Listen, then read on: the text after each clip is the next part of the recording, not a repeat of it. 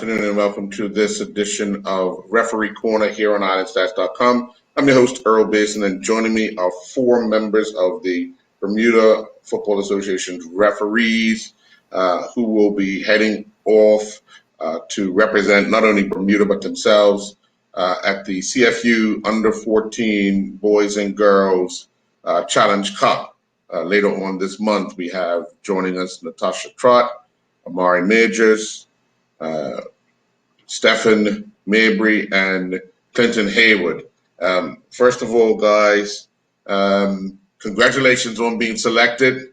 Another big step in a direction in which I think you guys are all trying to achieve. That is obviously to get on the FIFA list. You guys have been working extremely hard throughout the pandemic and in this off season to kind of keep yourselves in shape and keep up with the rules.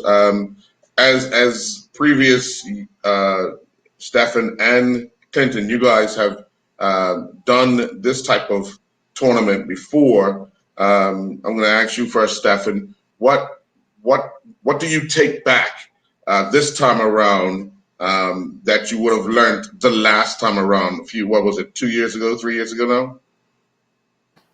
Yes, so what I would be taking back this time would be mainly the CONCACAF-isms. We learn all the laws and stuff for the game and how to officiate her, but then there are things that are specific to CONCACAF. So I would take those things back with me, the things that I learned there, and I'll be able to put into practice sooner than I was able to put in practice last time I went. So last time I went, I had already done a game or so before I learned the CONCACAF. So the CONCACAF-isms were taught to us here by Victor and Rohan, but then they went into greater detail out there. So I was able to put certain things into practice after getting one or two assessments from games out there. I'll be able to put those into practice from jump now. What about you, Clinton? What do you take back?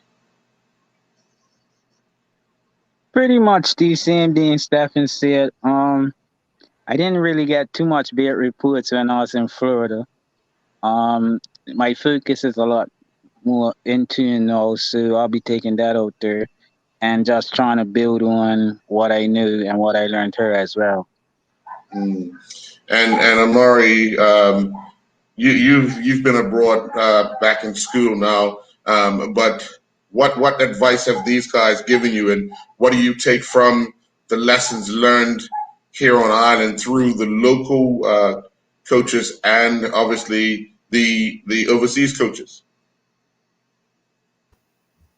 I would say the main thing that would be like emphasized by everybody is keeping in shape and maintaining your physical fitness, because like you never know when you need it. And because I'm in school, that school is my main focus, but when I am needed for refereeing, I should be physically fit for them.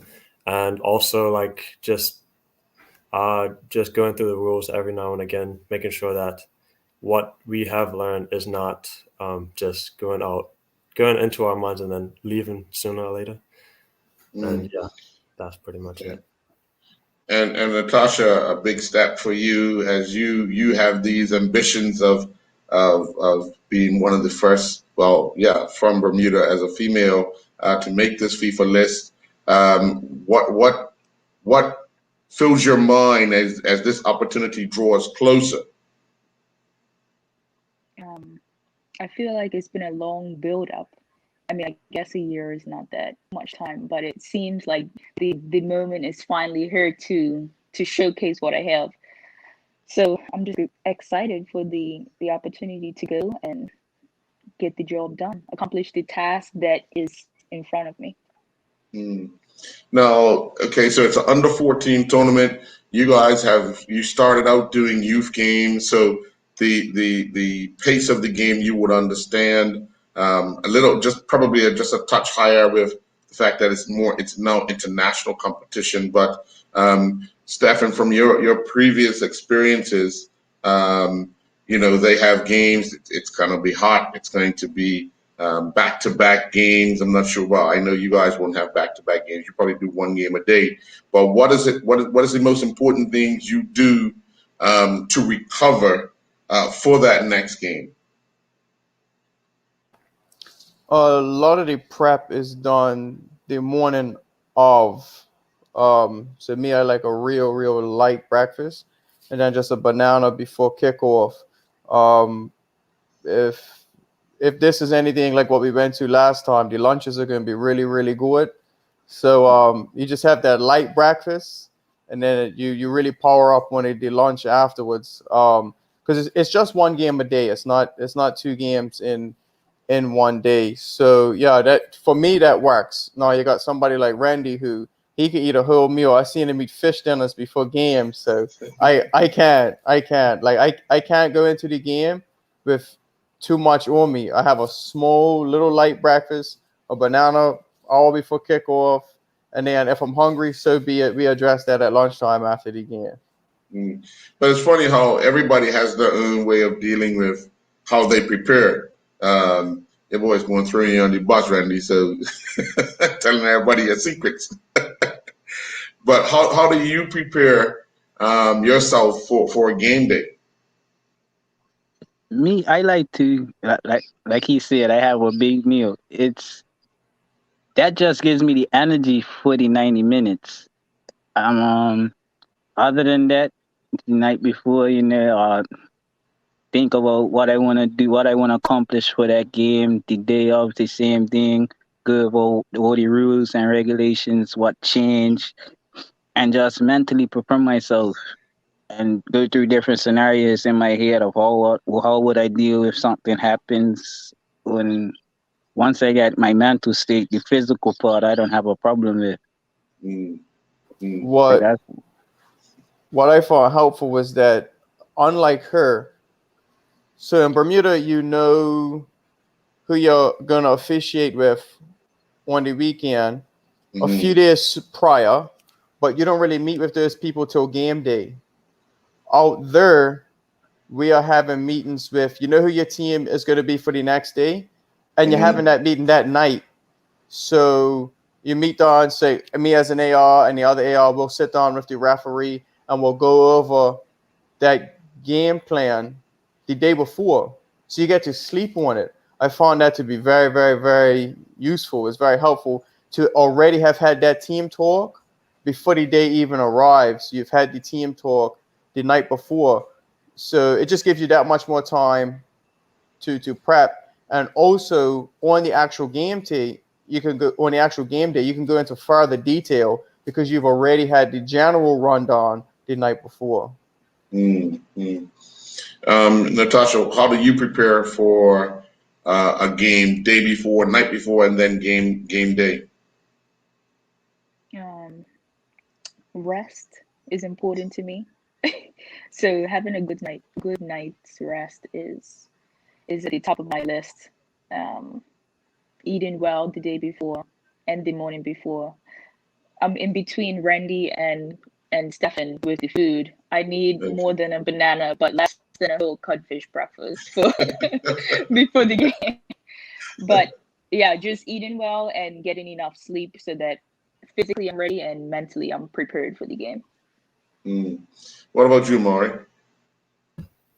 Uh, I would say pretty much on the same wavelength as Natasha, but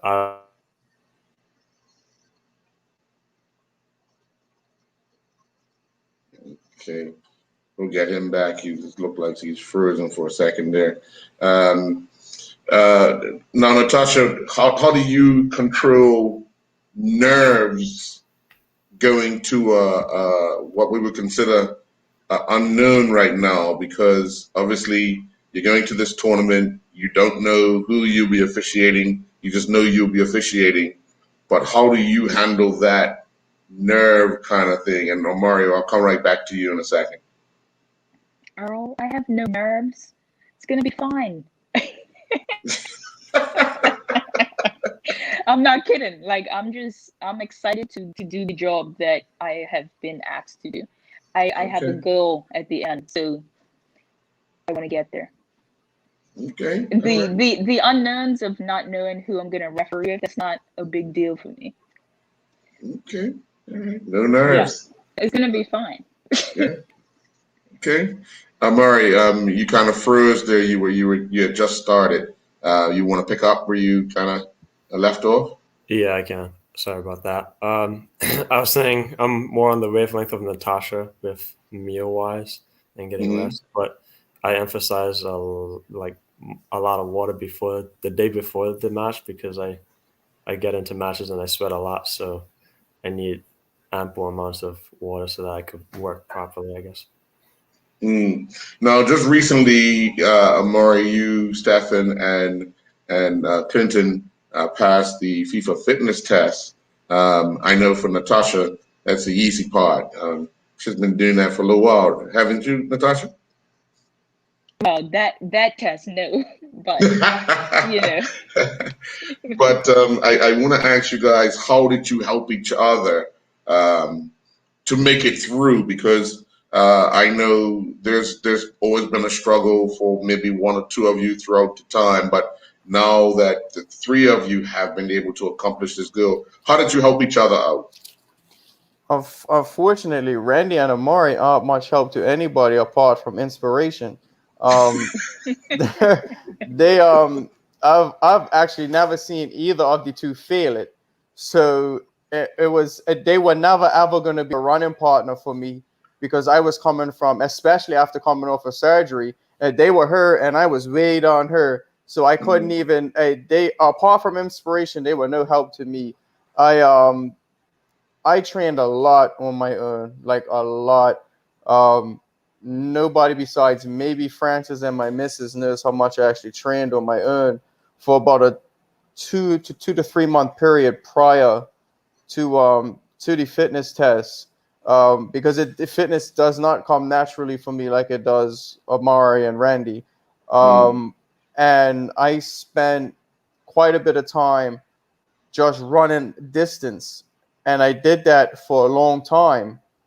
And then one day I set up the actual fitness test at the school field near my house. I marked out the measurements and I had the times on my watch, the beat test on my watch, and I ran Mm. it. And I did 4 laps. That was after 4 out of the 10. That was after running distance for quite some time. And I was like, oh man, those runs were not helping me. This is a different type of fitness. So from Mm. that point forward, but this was only like a month and a half, maybe 2 months prior to the actual fitness test. So I'm switching my program now to my training became running the actual fitness test became my training. Mm. And I was like, I hope I have enough time because I was planning the original 3 month period as enough time, 3 to 4 month period as enough time. And I've Right. done that. I'm halfway through that before I realized what I'm doing is not enough. It's not actually helping me. And I hoped I had enough time. Thankfully, I did. Um, I had to kind of train more days than I wanted to now that I was on a new program. So I set a new goal. So that day I did 4, the next day I did 5, then I did 6. 7 was a bit much. So I did 6 for 2 or 3 consecutive sessions. Then I went to 7. One day my goal was 8 and I finished 8 and I said, hey, I might be able to do more. I did 9. And then eventually I was able to do the 10. I had only done the 10 laps twice. I only had done the Mm. full my 2 previous sessions before the actual fitness test. I done the full 10 laps twice. I wanted to do it 4 or 5 times before entering the test. So that I'm like, okay, I'm got it. I'm done it 4 times, 4 or 5 times in a row. I'm got it. But I was only able to complete it twice before the actual fitness test. So I was a little nervy going into the test because I knew I could do it, but it definitely wasn't that was a feat getting there. So and then the added pressure and everything like that. But Mhm. thankfully, I was able to get it done, and my training wasn't for nothing because that was my big for while I was running the test. Because I got to like lap 5 and I was starting to get tired. I'm like, no, don't tell me all that training was for nothing. So it was a big relief when I passed. Yeah. Well, let me ask Randy and Amari because I've seen these two run, and you're right, Stefan. They seem to just breeze through it. But what goals do you set for yourselves, both Amari and Randy? What goals do you set for yourself when trying to accomplish and passing this fitness test? To be honest, I use Amori as my inspiration to keep running. I run with him in his group every time.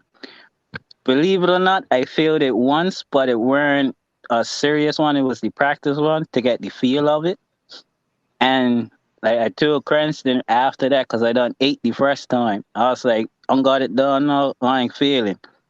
Amori started running it with me. And I was like, because Amori, his like, one of his strides is like 10 of my steps. So I run my own pace, but I try to keep up with him majority of the laps. But once I get across like 6, it's like, all right, you got this now. So you just push you into the end. And my attitude is like, don't give up, you're almost there. Don't give up, you're almost there. Even when I got cramp, it may not show that I got cramp, but I do get cramp around about 6, maybe 7, sometimes even 5. But my attitude and in my head, I'm like, you can't give up now. You're almost done. You only got 4 laps left. Why give up now? So that's Right. my attitude. And what about you, Amari?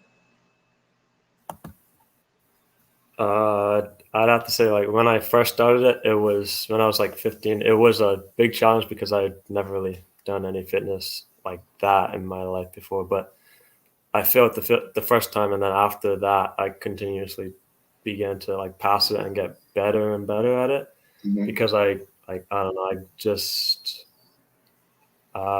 like I hear the beeps and I try to like time it correctly in my head. So as I progress in doing it, I try to not so much work on my muscles, like my muscles wise, like because I know I could run that 10 laps. I try to work on like my breathing and my mental, because I know like it's not just a physical game; it's like a mental game as well. So I want to be able to be strong both mentally and physically, so that I can pretty much pass it every time.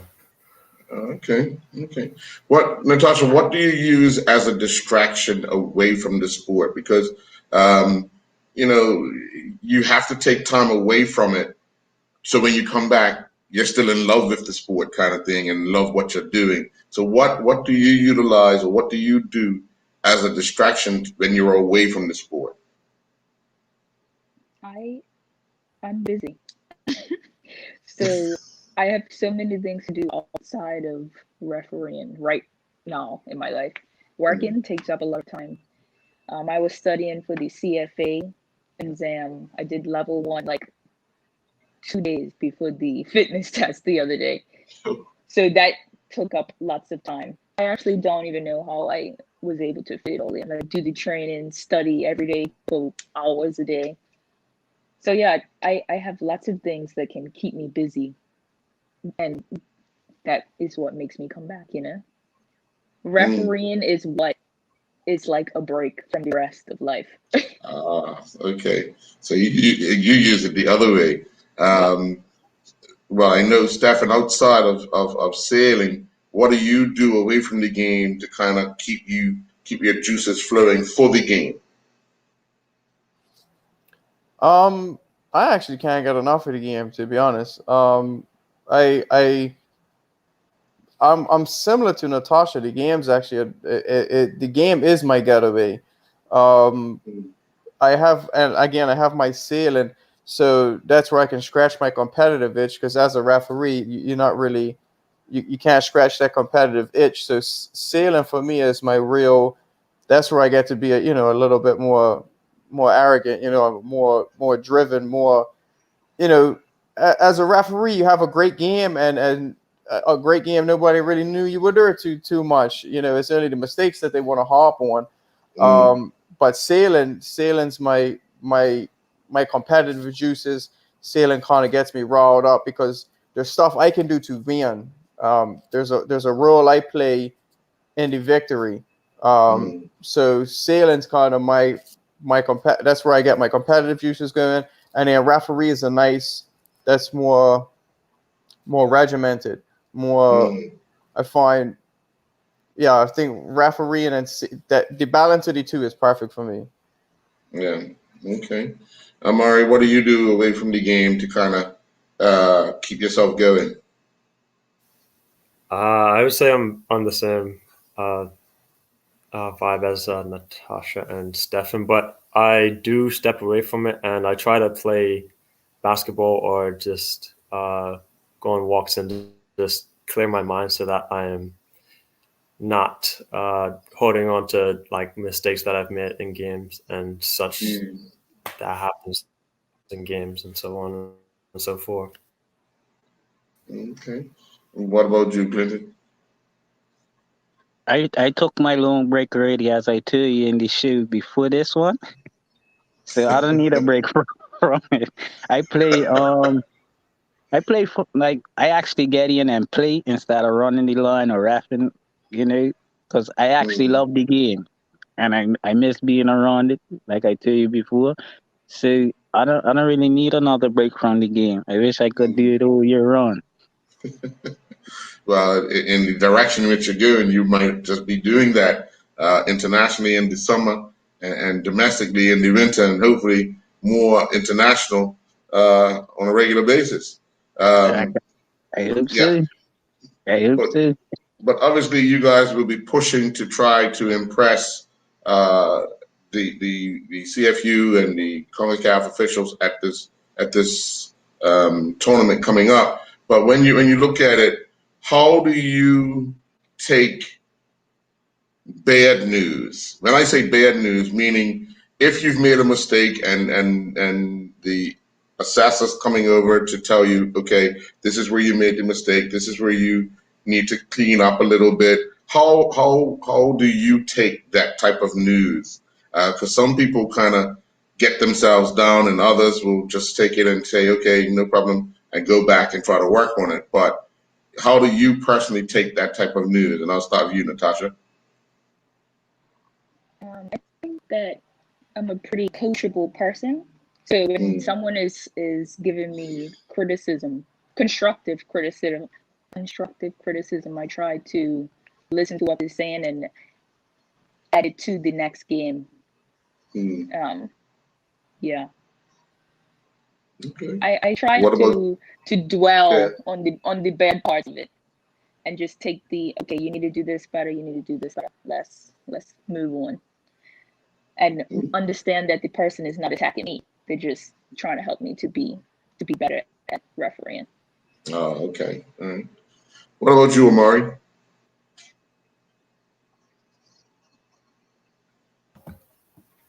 I would say the same thing. I try my best not. Well, I don't tend to like put my head down and sulk about like criticism that I get, and I try to use it as a tool to help me get better and better Mm. as I progress. Pretty much. Okay. Clinton? But you gotta learn to take the good with the bad in this profession. So the best way to do it is listen, take what you can from it, and just make sure the next game, well, sometimes it may be the next game, sometimes it may be the next half. Just try implement what they gave you and just better your game as you go on. That's the Mm. best way to do it. Okay. All right. And you, Stephen? I take it pretty well. Because it gives me something to work on. Um, I receive critiques of my game really well. Actually, I actually seek it out. When I first started doing middles here, I would actually, if I didn't have an assessor on the game, I would hit up one of the senior referees and say, "Hey, would you mind coming to my game?" Because if I don't have any feedback after the game, I don't know what I need to work on. So I actually look Mm. forward to it.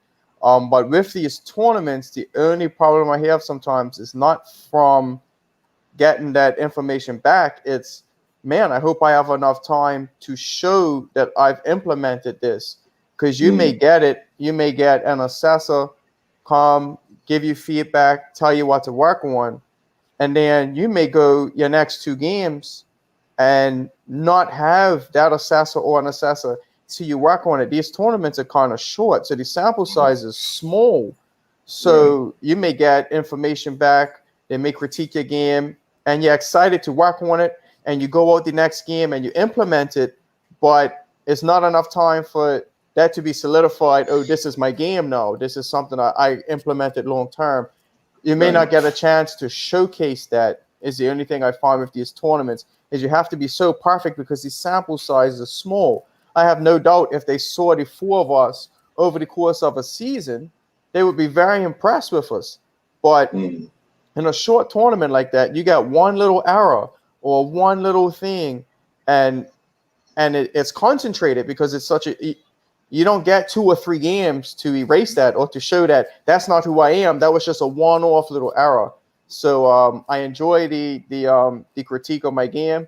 I just hope that it comes early enough for me to show, hey, I've improved on that, or that's not a regular for me.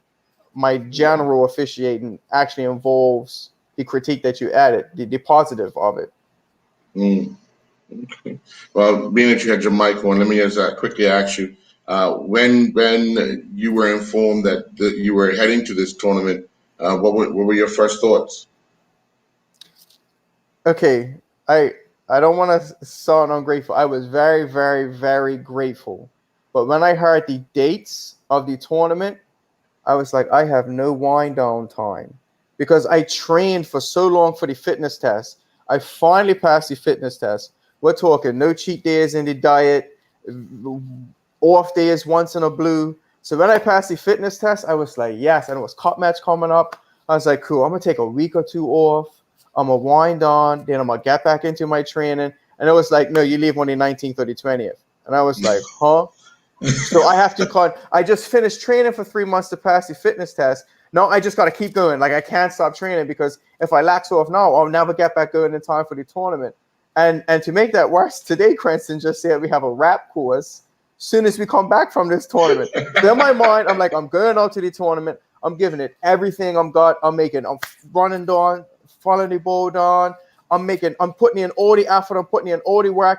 And don't worry about it. Just put in the work now. You'll rest when you get home.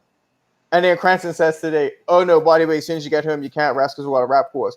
And I'm like, yo, this is the longest high intensity training session I've ever had in my life. By the time we get back and we finish the rap course, it would have been like 5-6 months of hard training. And I'm ready for a break. But in the midst of training, of like trying to beat personal goals, I've actually found my own little like groove. Like I'm actually enjoying it. Enjoying it. Okay. All right. Well, you found that. That's good. That's good. What about you, Natasha? When you got that message that you'd be heading out to this tournament, what was your initial thoughts? I was hyped up.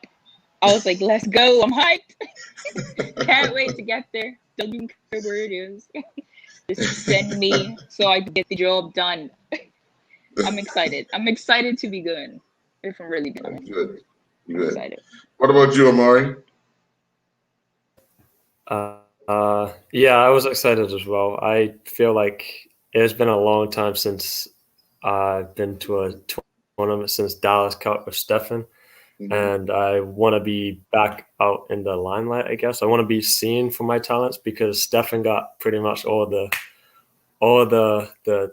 eyes at Dallas Cup, which is fine because, Stefan worked hard for it. But I wanted some of it a little bit, But I'm glad that we got this opportunity coming up. So I'm excited for it. Good stuff. And Clinton? I said, let's roll. I was ready to go. When they canceled the other one. I'm just excited that we have the opportunity to go somewhere. We had a year wait last year with COVID, so it was no tournaments, and now is the time. It's the time for us to show up.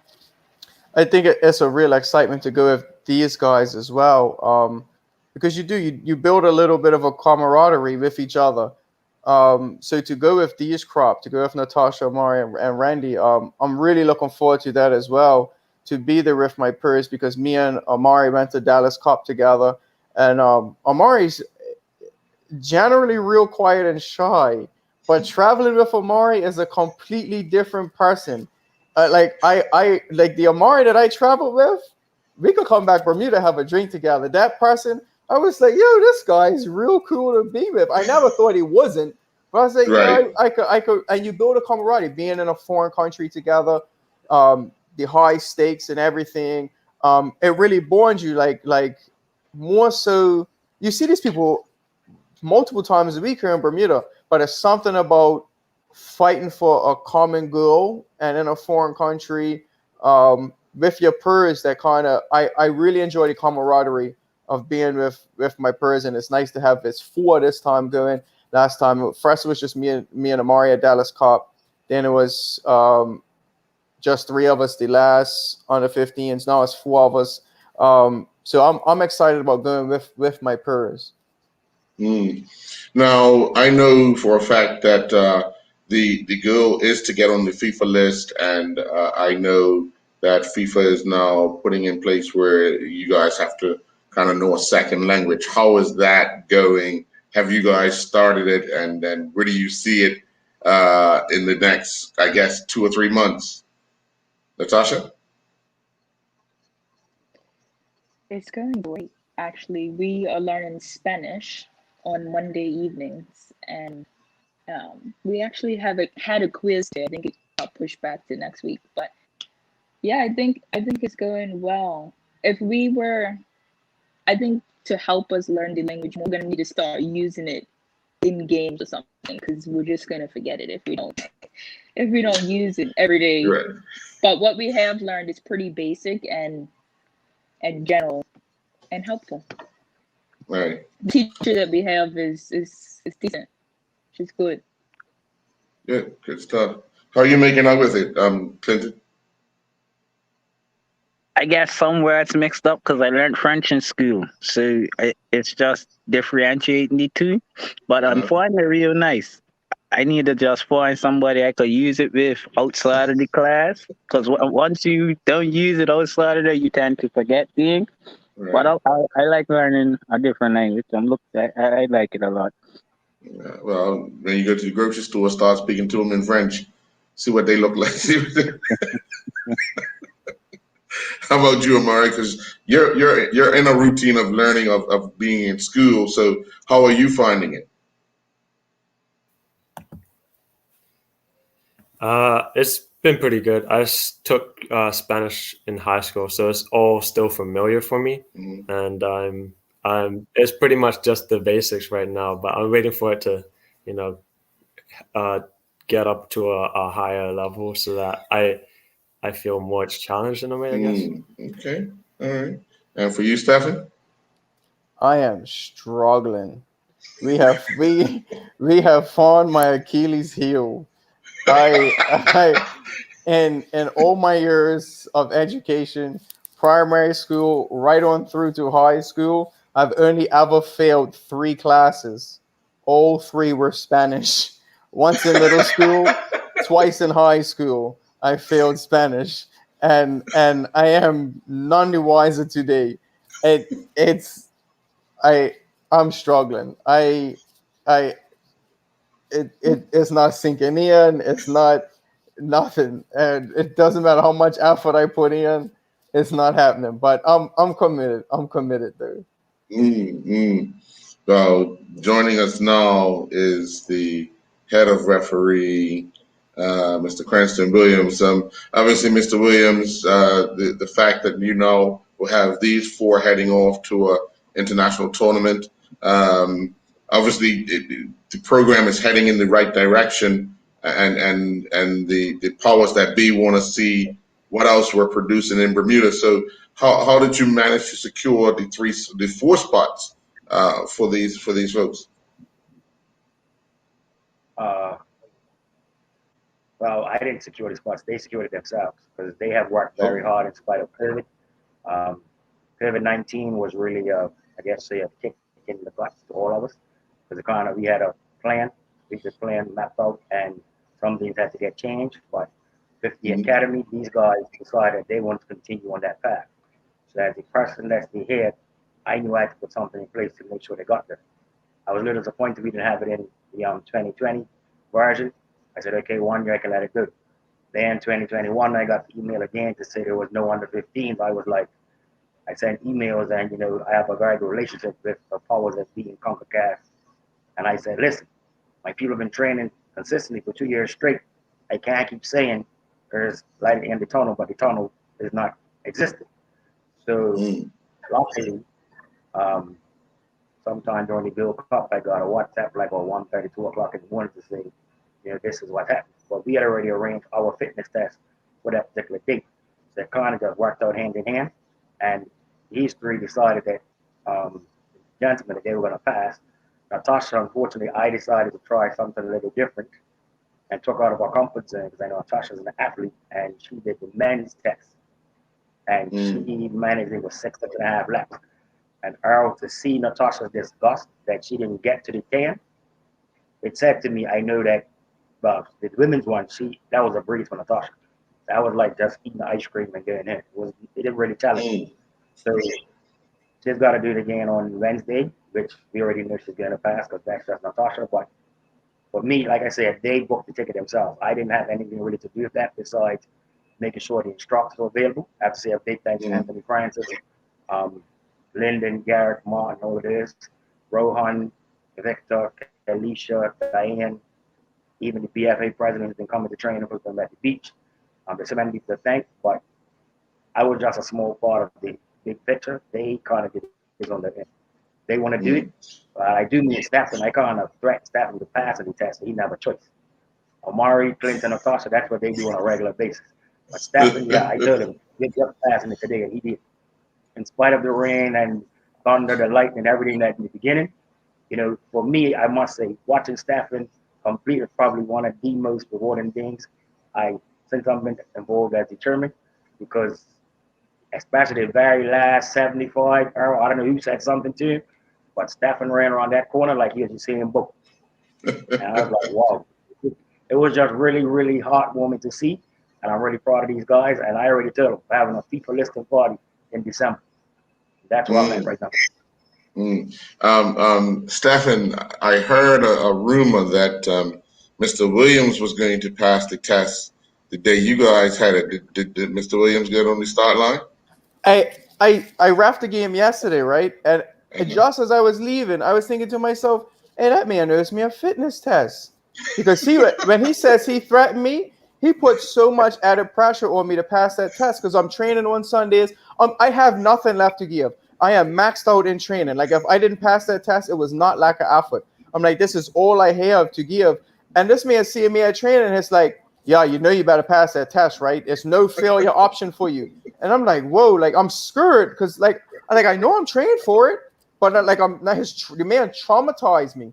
But that being said, he does owe me a fitness test. He said I think it was him, the president, and Lloyd. I think it was a crop of them. And yes, I feel like if I didn't pass, I wouldn't be in a position to say, hey, you owe me a test. But having passed, I think they owe me a test. Yeah, well, I remember. So it's like he needs to run Wednesday with Natasha, don't you think? Yeah. I will admit, there's a method to my madness. I knew exactly what I was doing. There was a method to my madness. Okay, so are you running on Wednesday? I won't be running on Wednesday because Natasha will be focused. However, before the season starts on the 25th, Lloyd and I will be completing our duel. Yes. You're -1. You're -1. No, the season You're starts. -1. What do you mean -1? Yeah, because Stephen mentioned the president too. Oh, I don't know about the president. I know about Lloyd and I. I'm not speaking for the president. He's probably watching this. I'm not getting in that. Please don't put me in that arena. Well, I mean, Stephen's called him out, so. Wow, that's between Stephen and the president. I have not. No, I thought he was amongst them. I wasn't adding. I thought he was originally in the group. But that being said, I've seen the original bet was Lloyd and Cranston. That was the original bet. Was Lloyd and Cranston. That was the original one. Okay. That being said, I have seen team's jersey, which I know I am never going to wear a Manchester United jersey. So I knew I was not going to fail. I don't know. I saw Mr. Red was training with us for a little bit. I don't know. I think he might be a little bit more prepared than the rest of us seem to think. I cannot speak on his behalf, so I'm not doing that. So obviously, Cranston, this journey has been going on for a little while since you got involved in the position you're in, and utilizing the help of Kalisha, Anton, Victor, and Rohan as the overseas people, as well as the local ones you've got on board. How have you seen that relationship blossom at the administration level that has helped these four and the others to actually progress to where they are? Well, I think for me, Lloyd, Lloyd, we're talking about this race. For me, Earl, the issue is that I'm a person that doesn't take no for an answer. So I know that Brian Hall, Dave Meeker probably get tired of seeing WhatsApp massive emails from me, because I have been asking consistently, what am I going to do to have my people get on the list? I had so far even reached out to persons in the UK, because we have a relation with people in the UK now, and I had inquired about sending these four to England to do lower league matches, have them get assessed, and then return to Bermuda. But luckily, this tournament came up in between that. I'd even reached out to Howard Webb to ask, could I possibly send these guys to go to MLS Pro referees, just do some training with them, to make sure they were, step above the rest. So because of their type of relationships, Dave, Miko, and I are very good friends. I could call Dave and use some different type of words and things, and he understands where I'm coming from. Brian Hall is the same thing. They realize that Bermuda is, I guess, as they say, the jewel in the CFU or CONCACAF when it comes to referee, because we make sure that they have everything they need. So, and because I post so much on social media to show what we're actually doing, they don't have to second guess whether or not we're actually doing. Like when these guys pass, I posted and I received congrats. But that was one of the reasons for trying to get Natasha to do these men's fitness tests. Because in CONCACAF, the females that pass the men's fitness test tend to get moved up a little quicker, because that means they're kind of like an elite level of fitness. So that was the purpose behind it. But I realized I might have put Natasha out a little bit. But I'm confident she'll get there when she returns, because that's just the type of person she is. But for me, I'm always somebody that's plotting and planning. So like they're gonna be going. They have the sad uniforms, ironically, which we never got to use last season. So now they get to debut them down in Dominican Republic. Right. They have some other things that'll be coming as well. And my gut feeling is that come December, Earl, I'll invite you to have a press conference with 4 brand new FIFA ARs. That's where my mind's at, and I'm expecting nothing less. Amari, trying to balance your school. I know everybody has, responsibilities as far as work or whatever, but school, how have you worked out getting this time off to do this tournament and then get back into the regular school life?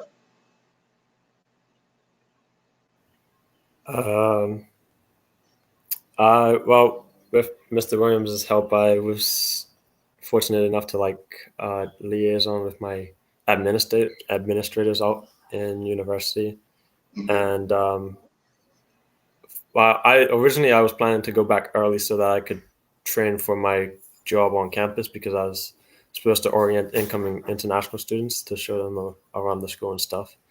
And Mr. Williams said that I was being sent to the tournament, so I talked to my administrators, and they said that it was acceptable to go, and that all I need to do is just send them the dates that I will be gone, and then after that is just cake after that, I guess. And But, Natasha, I'm sorry, go ahead. I was gonna say, but it's gonna be a tight window coming back, because the tournament ends on the 30th, I believe, and my classes start on the 1st, so I will probably be in quarantine for 2 or 3 days, and missing class. But it should be all online and accessible for me. So, yeah. Oh, that's good. That's good. That's good to hear. That. Yes, you don't want to miss nothing, especially at the start. And for you, Natasha, juggling work, exams, now this tournament. I know you're excited and you're ready to rock and roll, but you still have that balance. How have you managed that thus far? I haven't managed it yet. I just came back from vacation from my job today, and I'm going back to work in 2 days, and then I'm going to the tournament in a week. I haven't even officially told my boss yet. It's gonna be fine. My job is pretty flexible, so I'm just hoping that that flexibility helps me to manage the time. I'm probably gonna work somewhere in an hour between the days that I'm that I'm at the tournament. But we'll see how good it always works out, Earl. It's gonna be fine. Okay, all right. What about you, Randy? How are you balancing that? My boss is pretty easy. She has a problem with the whole quarantine for 14 days, but she found a way around to where I can go. As long as I'm straightforward with them, just I can work with you. If you work with me, just let me know ahead of time. Give me my notice that she needs, and she is able to pull strings to where I can go. So I'm thankful that I have a easygoing boss. Mm, good stuff. And you, Stefan? Yeah, I'm good. A good woman's half the battle in life, and I have that. She picks up any slack that gets left behind from training and everything else. So I'm good. Even if a 2 year old, she makes up the difference. As far as my employers go, great people there. Very fortunate that I work for a family company, and they were actually almost as invested in the fitness test as I was, because I'm telling yeah, if I could leave a little early, get training started, or I want to go for a run in the morning. Can you give me 5 minutes leeway in the morning just in case traffic's a little heavy after running in the morning and stuff like that. So they were like, oh, well, that's fine, but you got to pass that test kind of thing. So they were as invested in I was. And then when I passed, they were like, they were happy for the doors that opened. So I've had ample support all around. I couldn't ask for more support from my employers, my household, everybody. This is definitely just me alone is a team effort. So you can imagine what the four of us combined is like. Mm, mm. And Mr. Williams, from the administration side of the association, I know you said you want to have a FIFA AR celebration at the end for four. What's next? So Who that's it. who else is knocking on the door? Oh no. Once these four make it, that's it. Party's over. There'll be a new sheriff and a new start. Earl, We tell him say stop talking BS, please. Please tell him Earl, stop you know talking he's BS, lying. You please. know we he's can't say that lying. on live camera, Cause Mister. look, We cannot say I that on honestly, live camera, man. you know, I'm Hey, straightforward, and I listen, tell you already. You we walk out the can't say door, that on live all camera. four of us is walking out right after you, so I you can't second walk that, away. Cliff. I You can't second that. walk away. I'm letting you know. No, No, this, I tell you in the that meeting was the other day, that was and a I'm gonna joke. tell you again live on camera. You That walk was a away, joke, these Mister. four are walking right behind you, so you can't talk to them. You can't. Uh, so, Mister Well, David, I response to was your told. question, response to your question, because I've had Uh-huh. this asked of me several times. Yesterday, I'll be honest, I had considered, as they say, early retirement. But yesterday, something happened that changed my mind. And two of the persons that changed my mind are on the call right now. We invited the K.O. Lavrock and Elijah Samuels to come to shadow Randy and Stephen in a Premier Division game with Wolves versus North Village at the North Field. They shadowed him, and the feedback I got from the two youngsters and their parents concerning the information that these two gave to him, it made me say, you know what? There's another way of coming behind this. So you do have to hang around to get them up to speed.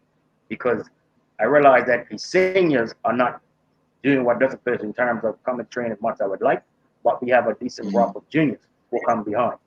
So, and I think what's going to help probably to bring more people is when these four get on the list. We also have Adriel and Mateo knocking his door. Hopefully they'll come through. More so Adriel because we want him to come as a referee. Because we don't have a referee Mm, right now. Yeah, Tashana's already on the list, but these four is where the focus is right now, along with Adriel and Mateo. Um, Adriel needs a little more experience in terms of officiating in the middle and the like, but he is willing to do what he needs to do. So watching yesterday, like I said, if the youngsters shadowing these two, and they're gonna come again Sunday coming, it kind of just changed my mindset to say, focus on what you have, and hopefully these guys get on the list will then be able to look, say to others, listen, we did it. What's stopping you? So that's the plan. Well. Let me just say to you four, in a chat I had with the president recently, he indicated that if one wants to resign, it's got to be accepted. So don't you worry, it's not going to be accepted. So Mr. Williams could try all he wants. That paperwork is not going to be handed in, or won't officially be handed in because the president won't accept it. So I don't know how he plans to walk away. So yeah, so but just speaking about that, what took place yesterday, working with young people and trying to show them what you've learned to date. How do you translate that, Randy? How do you personally get that across to a youngster? It's kind of hard, because as a youngsters, because they do both play and they want to run the line, they got caught up watching the game. Me personally, I was the type that the only way I would learn is hands on. With Elijah yesterday, he was sticking up with me. Yes, he was watching the play, but I was trying to tell him, you can watch the play, but you gotta do both at the same time. You gotta make sure you're in line with where you're supposed to be at all times. You gotta make sure when the ball goes, you gotta go with it. So he picked up.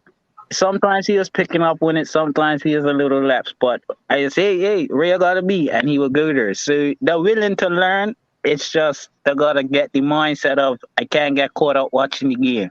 So I don't mind teaching nobody because you're not gonna be there all your life. You can't be there all your life. So you wanna the next crop of people, if not as good as you, better. So I mean, as long as you keep putting the flag in the hand and have somebody there to help them and talk to them as they go along, I don't think it will be a problem at all. What about you, Stefan? How do you translate that? It was two things. I enjoyed it more than I thought I would, teaching somebody. But it was also harder than I thought it would be as well. So it was both harder and more enjoyable. We forget sometimes how much we know. We forget the difference between that level and where we are. So as I'm giving him feedback, as I'm helping him with things, I'm like, man, this is information overload. This poor kid. Because I don't know what he doesn't know, and I don't know how much information is too much information. So I was trying not to critique everything, but there were certain things that were glaring. Like, okay, things that can become habit were the things that I was trying to correct. For instance, he got a call right, but it was an offside call that he got right. The decision was right, but he was running on the line making the call. And I'm like, okay, no. Anytime you're making any decision, once you've made the decision, anytime you're making any signal with the flag, you're completely stationary. Something like that, I felt like I had to give that bit of information because you don't want his actions to become habit. Anything that can become habit were the things I was focusing on with him. Also, like signaling, I'm not as concerned at that level with it's his arm at the perfect angle. That's a little too much, but at the same time, he made a couple calls where his arm was bent and he looked kind of unsure. So I was saying, no, straight arm, sound the call, be confident. That way, when the players look over at you, they're like, hey, I didn't think I was offside, but he looks sure. Like, he looks certain. There's no doubt in his mind. So I was working with those with him. I know a lot of other little things that I could have talked to him about, but I didn't want to overload him with information. I just wanted to give him a little information, see if he could put it into practice. And for the most part, most of it, he put it into practice. So that was cool to see. That was my first time actually working one-on-one with one individual. Because it feels like it wasn't that long ago I was that individual, and you don't realize, oh man, these are all the things that was taught to me. And what was encouraging to me was at one point he actually asked me something because I felt like I wasn't getting much feedback from him. Like, is this all going over his head? Is this sinking in? Am I irritating him? And it was a minute where he stopped and looked at me and he asked me a question. I was like, okay, cool. So now I feel like, all right, cool. He's engaged, and now I want to teach. Like he was asking me while he's running up and down the line, which hand should the flag be in? So I was explaining to him, always in the hand facing the referee. If you're running up this way, put it in your right hand. When you're lateral, put it in your left. When you're running down, put it in your left. So it's always between you and the referee, so the referee can see it.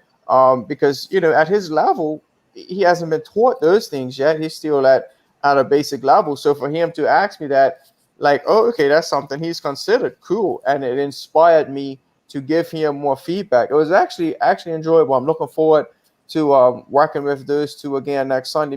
Both me and Randy will be working with them again next Sunday. Okay, good stuff. Any last parting words, Mr. Williams? You can come on Wednesday to the National Sports Center 6 p.m. because by 6:45, Ms. Natasha Trott will have passed the fitness test, and we can have a very wonderful celebration. Let's do it.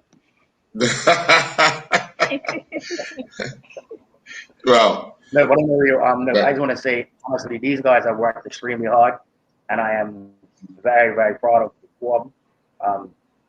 I think for me, it was looking like there's going to be a lull in what was happening, and especially with the academy, they have set a standard. Even I have to give acknowledgments to White Jackson and Lloyd Christopher, because they have been mainstays in training as well. Even though they're not, what we call the you get what they say like fine wine, they age as they go, but they have been very supportive. So I have to acknowledge the entire academy team, but these guys are definitely the ones that putting the work in, and I just want to see them get there, and then we can announce to the world Bermuda is here. Like watching we've had on this show that we're doing the Girl Cup and the like. My brain, all I'm plotting and saying is, what got next? We have next. What come? And so that's what I'm looking forward to. Great stuff. Well, first of all, Natasha, good luck on Wednesday. And then to the four of you, good luck representing yourselves, your family, and Bermuda during this CFU tournament. And force them to pick you to go even further with your actions, both on and off the field, because I know that the powers that be also look at people's character, how they handle themselves off the field as much as they do on the field, to make sure that they are picking the complete person to represent them, because that's where you then start moving. You start representing CONCACAF and FIFA when you're wearing that badge of the next level. So force them to pick you to go even further. Good luck, and we'll talk to you guys when you come back, okay? Thank you. Thanks. Yes, All sir. right. Thank you, sir. Have a good one. Thank you. All right. Good night, Well, all. folks, that's it for this edition of Referee Corner. We'll be back next week with another edition of Referee Corner here on IslandStats.com. Good night.